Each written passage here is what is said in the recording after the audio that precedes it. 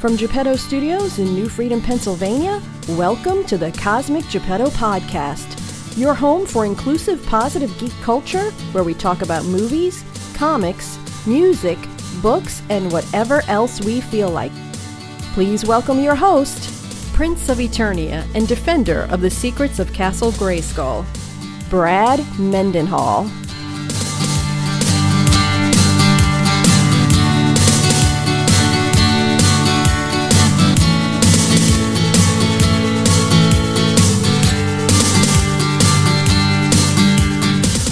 Hey kids, it is episode 288 of the Cosmic Geppetto Podcast, and it is another mini episode where I drive around and talk into my cell phone, and then there's weird noises in the background.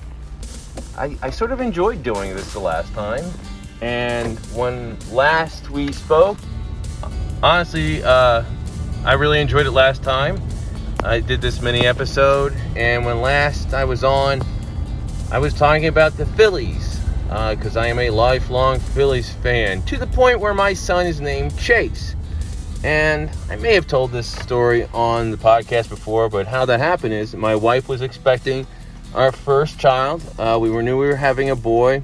We were bouncing around names. Nothing was really catching on. That was in 2009. The Phillies were a very good team. They were the reigning world champions, and they were on their way to a second World Series appearance, where sadly they lost. But I was watching a Phillies game, and Chase Utley, the best second baseman ever to play for the Phillies. He has since retired, because it was a while ago in baseball years. He may or may he's one of those on the edge Hall of Famers. I just was reading an article that made a pretty compelling argument for him getting into the Hall of Fame, but he's definitely not a first ballot, everyone votes him in sort of Hall of Famer. He's not, well, for a Phillies fan, Mike Schmidt, Derek Jeter, Babe Ruth, whatever, those generational greatest players, multiple MVPs. That's not Chase Utley. He was a really good grinding player who was one of the smartest and most dedicated baseball players I ever saw. So Chase Utley comes up to bat, and my wife, his name comes up on the little chyron at the bottom of the screen. My wife says, "Hey, how about the name Chase?" I was like, "Okay, Brad, be cool. Be cool. Don't be too excited, because then it'll change your mind." And that's how Chase got his name. But anyway, when last we spoke, the Phillies were up 2-0. A lot of talking heads and people much smarter in the world of baseball than I could ever hope to be were talking about the momentum the Phillies had, and they were talking about the Phillies sweeping the league series and going to the World Series. The Phillies promptly went to Arizona and lost two close games. They didn't get blown out by any stretch, but they lost. They lost 2 games in a row, and I think there's a thing of as a sports fan, when your team's winning, you feel like they'll never lose again. And when your team loses, you feel like they'll never win again.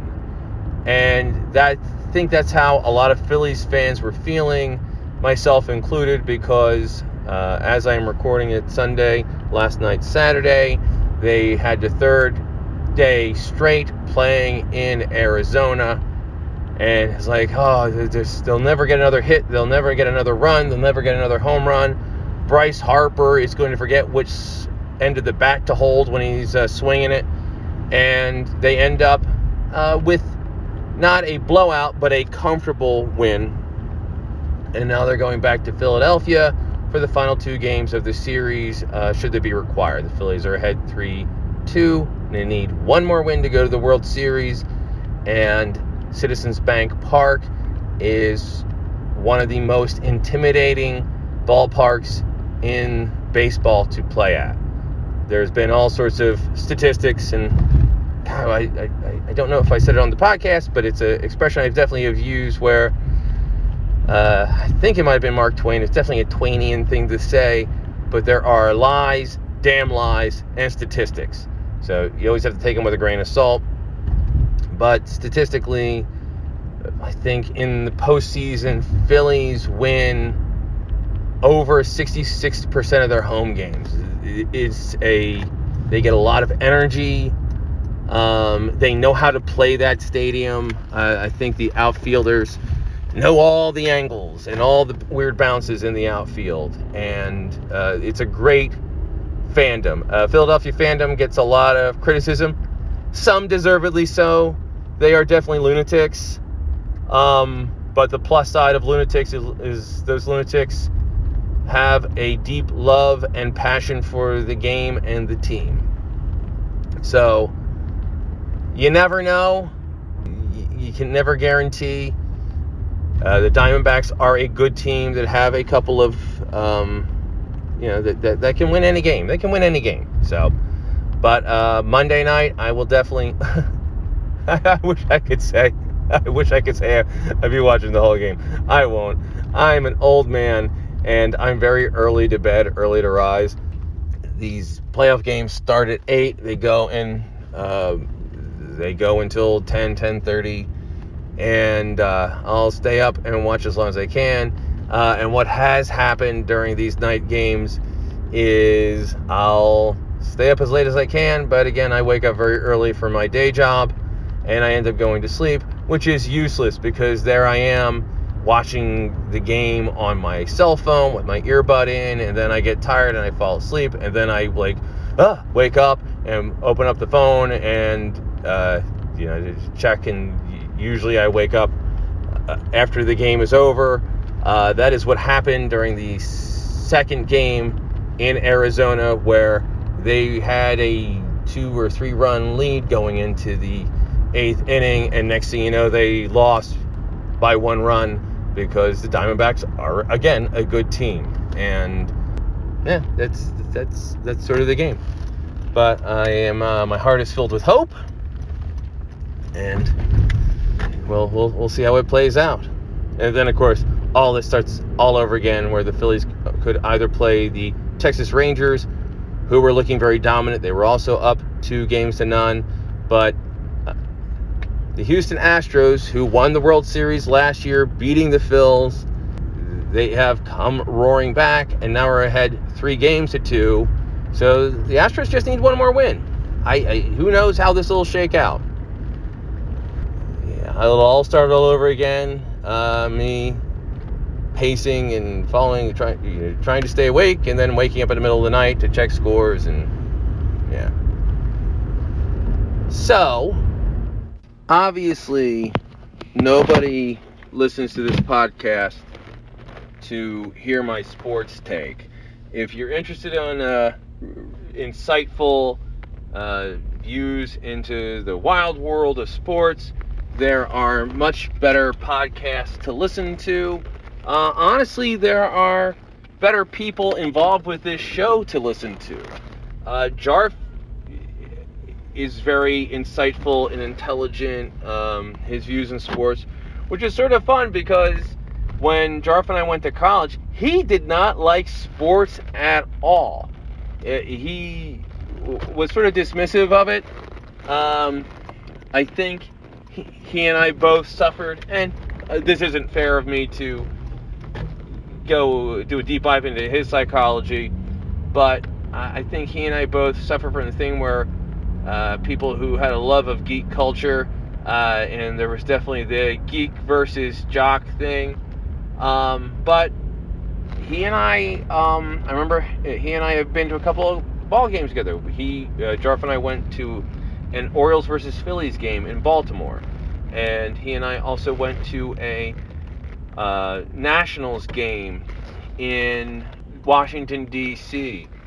Jarf is able to speak so intelligently and eloquently about sports.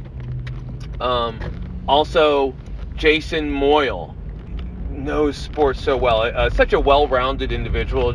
Jason is an accomplished singer, a very good actor, and also he participated in high school athletics. I know he has aspirations to coach. As smart as he is, I have no doubt that he'd be excellent. Jason's a little unfair because he's accomplished in the world of the arts, accomplished in the world of sports, is very intelligent about that, and also just being a very smart, kind, eloquent, he's a good-hearted person. I would love to hear Jarf or Jason have a sports-centric podcast. I'm not the guy for that. While I don't think I'm completely ignorant on sports, I'm the pop culture guy. And I've been asked a lot about why the Cosmic Geppetto podcast is winding down.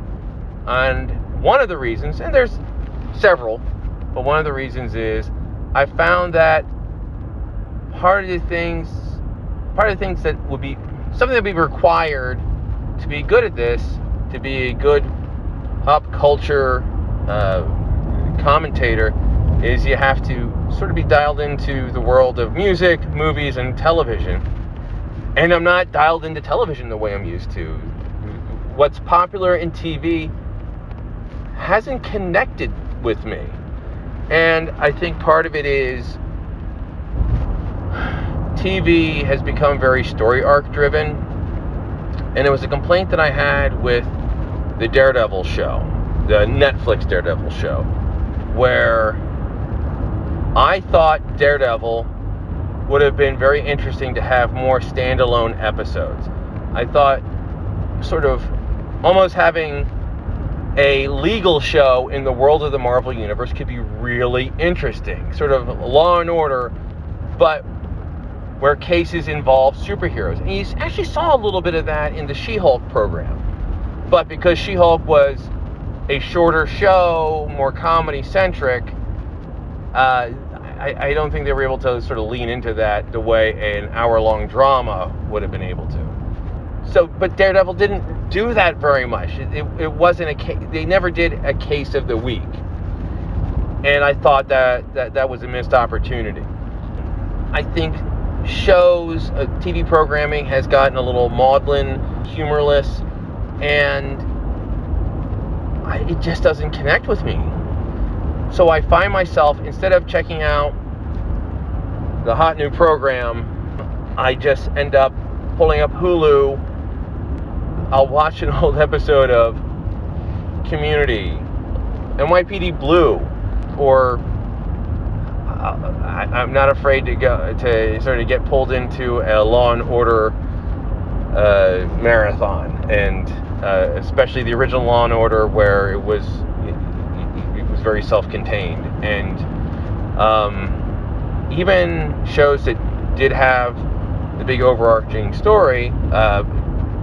Possibly a very famous example of that would be X-Files, and I was a big X-Files fan, but I enjoyed the standalone X-Files, the Monster of the Week X-Files, more than I did the let's get into conspiracy and what is the cigarette smoking man, what is he up to. Honestly, I didn't think those stories worked as well, and I didn't think there was a great payoff. I find myself not getting into TV, and there's a couple. There are a couple of exceptions. One, I'm still a Rick and Morty fan. As this episode is being recorded, they've had one episode of the new season with the new voice actors. I thought it was solid. I didn't feel a big drop in quality. With Rick and Morty, I don't think you'll really understand. I don't think we'll know that show jumps the shark with one episode.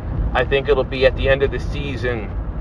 I think one day we'll be at the end of a season of Rick and Morty, and everyone will look at each other and say, "Oh, it's lost its fastball." But I don't think you'll know that one or two episodes into a season.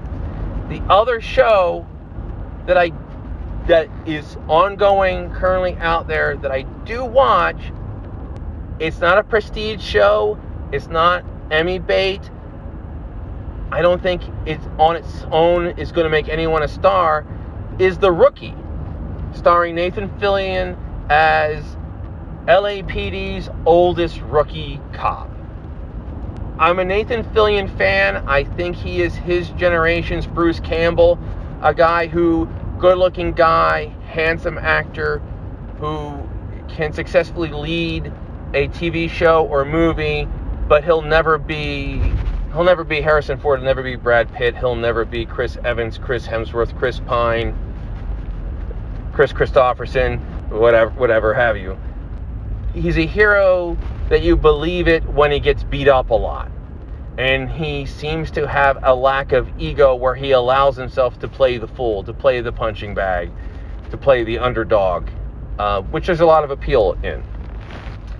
The show has been on for, I believe it's 5 seasons. It is not a massive hit, although it is successful enough that it's lasted that long. And it even has a spin-off, which I've watched a handful of. It's Rookie Feds, where it's sort of a similar story, except for it's an African-American woman, Niecy Nash, who retires as being a high school guidance counselor to become an FBI agent, and she is a rookie FBI agent. That show's fine. While Niecy Nash is a good actress, I think Rookie Feds doesn't have as strong a supporting cast. Not necessarily the actors who are all solid, but I think Nathan Fillion's The Rookie has a really strong supporting characters in the writing. They are well acted, but I also think they are well plotted. The Rookie is is funny. The self-contained episodes are very good. They sometimes bounce around and play around with their format. They've had 3 or 4 documentary-style episodes that I think divide fans, but I like, especially because they don't go to that conceit too often. The supporting players are strong enough that they can carry the A plot line. So there's actually a surprising amount of episodes of that program where Nathan Fillion is either a supporting player or he is sort of the co-lead. Officer Chen, Julie Chen, who was another rookie, who at the beginning of the show I think was in danger of just being presented as Nathan Fillion, Officer Nolan's love interest. They were dating at the beginning of the show. By the end of that first season, they had resolved that plotline pretty organically and pretty believably, and she's been able to have several strong plot lines on her own. It's not a show that sticks to your ribs, but it is one that I find myself looking forward to. And recently I did a rewatch of the earlier seasons on Hulu, and it holds up. It's kind of funny, although not laugh a minute. The actors are strong enough to handle the dramatic stuff, although it's never too dramatic or maudlin, even when they deal with some darker subject matter. And they have killed off several main characters, but they're able to make it work. I wonder why this show works for me more than, say, Blue Bloods, which I think is of a similar mindset where, first off, just the fact that it's in the 2020s and it's a show that has a positive portrayal of the police force. It's not easy to do. Cops, I don't think, in pop culture are automatically viewed as the good guys. The Rookie, I think, deals with that pretty well because they are not afraid to not only have certain members of the force as the bad guys, but also aren't afraid to criticize aspects of policing that they feel are problematic. But the cops on that show are well-intentioned, and there's no main character that you would view as corrupt or a shades of gray character.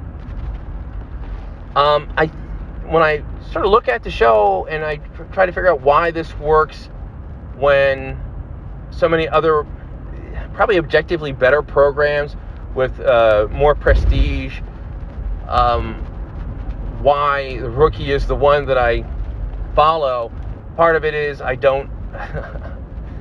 I think of the show was there was a legal show that was on HBO that was produced by Robert Downey Jr. I'm trying to remember. It was a reboot of an existing IP, but it was this incredibly dark show with the lead actor who was in The Americans, and I'm completely blanking on it, and I'm going to wake up in the middle of the night. But it was a prestige show, Emmy caliber lead actor, and HBO's budget and their ability to push boundaries. And I watched 2 episodes and I was like, oh, this is just too much, and it bummed me out and it depressed me, and I just couldn't do it. I don't need the darkest, most daring program every time. Sometimes I just like The Rookie, where probably everyone's going to be okay. There's going to be some laughs. There's going to be a little bit of action and a little bit of mystery, and it'll be fun. Hey, everybody. This is Brad in the future. The show was Perry Mason. It was an HBO show version of Perry Mason. Also, the show is, one of the creatives behind it is Helen Pye. And that's not necessarily a name that every household is familiar with, but she was an important player creatively for the show Gilmore Girls. And in fact, and I'm a Gilmore Girls fan. That show was very well written and had some really good acting. Certainly an imperfect show, and the 100th time you watch it, and because my wife is a massive fan of that show, I have watched it many, many times. You do see the cracks in the creative and the plotting issues, but still a very good, very watchable show. And Helen Pye was the basis for the character Lane. And in fact, some deep trivia here for you folks. Lane was a drummer for a garage band on Gilmore Girls that was called Hep Alien. And Hep Alien is an anagram for Helen Pye. So it sort of shows her importance. And I think her being a behind-the-scenes force on the show gives it a lightness, an intelligence, a quirkiness, and a likability in the characters, and just giving them enough color to make the program feel a little bit more than it should be. So I recommend checking it out. If you just want something to watch, one weeknight when you come home from work and you're feeling, you don't need something that'll rip your heart out, I would watch The Rookie. But again, the fact that the only shows I watch are The Rookie and Rick and Morty, and there aren't too many other weekly programs that I'm really I never saw Squid Games. I'm so backlogged on my Star Wars and my Marvel shows, and I realized that was part of the reason why I figured it might be time to hang up my podcasting spurs, because probably if you're a pop culture podcaster, that's probably not enough. But I'm definitely having a lot of fun talking to people and coming to the end of the show, and we have a lot of great episodes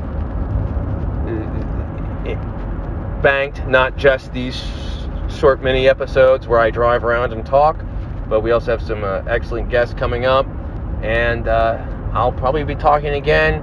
I think we'll have another mini episode, hopefully me talking about the Phillies going to the World Series.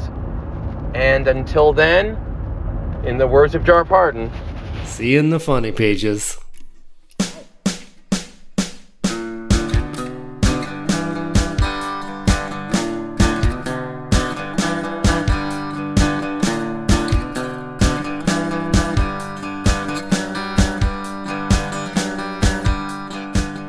Subscribe to the Cosmic Geppetto Podcast on iTunes, Stitcher, or wherever quality podcasts can be found.